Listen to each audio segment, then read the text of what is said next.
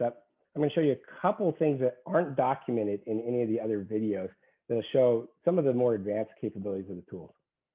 So here's an interesting one that was brought up by a user, is if I wanted to copy elements from a later version of Revit, this is Revit 2021, we were in 18, what if I wanted to copy this detail from Revit 2021 to Revit 2018? Now that's something that Revit can't do natively, but what was shown to me was that if I open up the Model Manager Parameter Transformer tool and I export this data to Excel, so I've got them selected, instead of selecting which parameters I want, there's an option that's the new element creation parameters.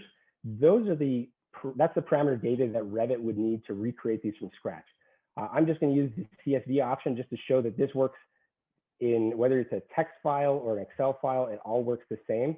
And CSV files are those type of files that anything can use, whether it's a facilities management software or anything else.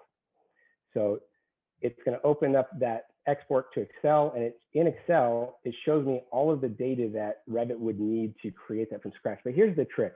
The trick is that if I replace the element ID with new, I'm just going to copy that, and then I'm going to paste it to all of the other element IDs. What this is doing, and I'm going to go ahead and save that, is instead of when I import into the tools, it looks for which element it wants to edit. But if I put new, instead of editing an existing element, it's actually going to create something from scratch using that information. So now I'm jumping back to Revit 2018, and I'm just going to open the tool, and on the Excel tab, I'm just going to hit import, and I'm going to select that file that I just created. And so it's going to read that information from the text file, and it's going to create those elements from scratch. And so it's not a direct copy and paste, it's actually a export how I create these and then import them. And Revit 2018 doesn't care what version it came from.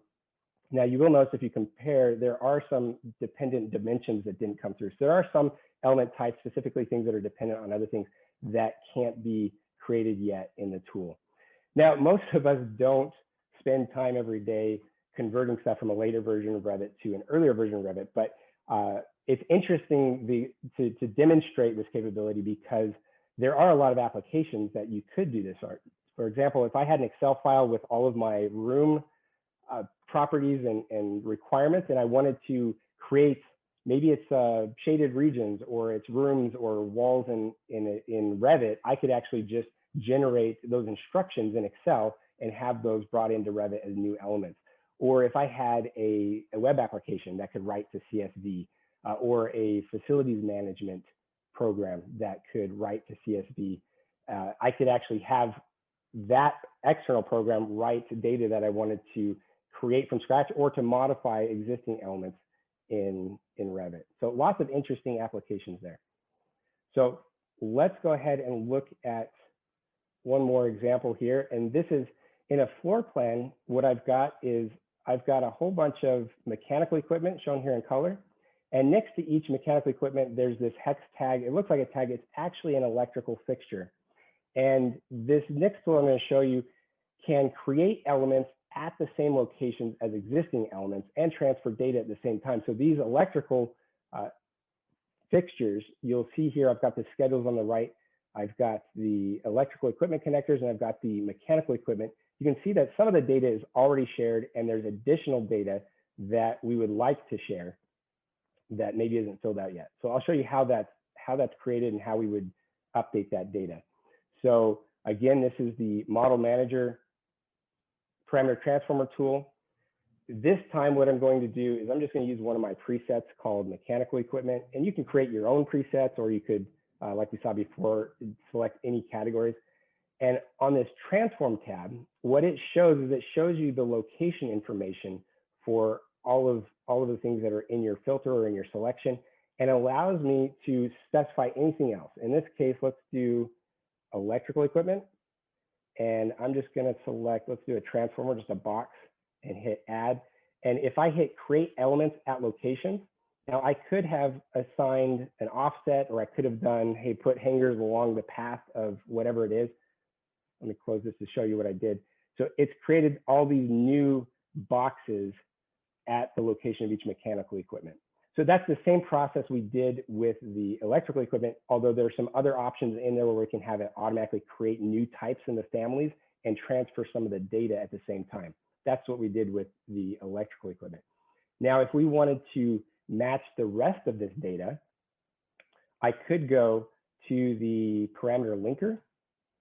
The parameter linker is a tool that allows you to link up elements. And in this case, I didn't have to tell it what to link. It already, from a saved rule, it said anytime I've got mechanical equipment and electrical fixtures that share the same type mark and mark, which were automatically created in that creation, it's going to start sharing information. And at the right, it shows me in red everything that's not matching.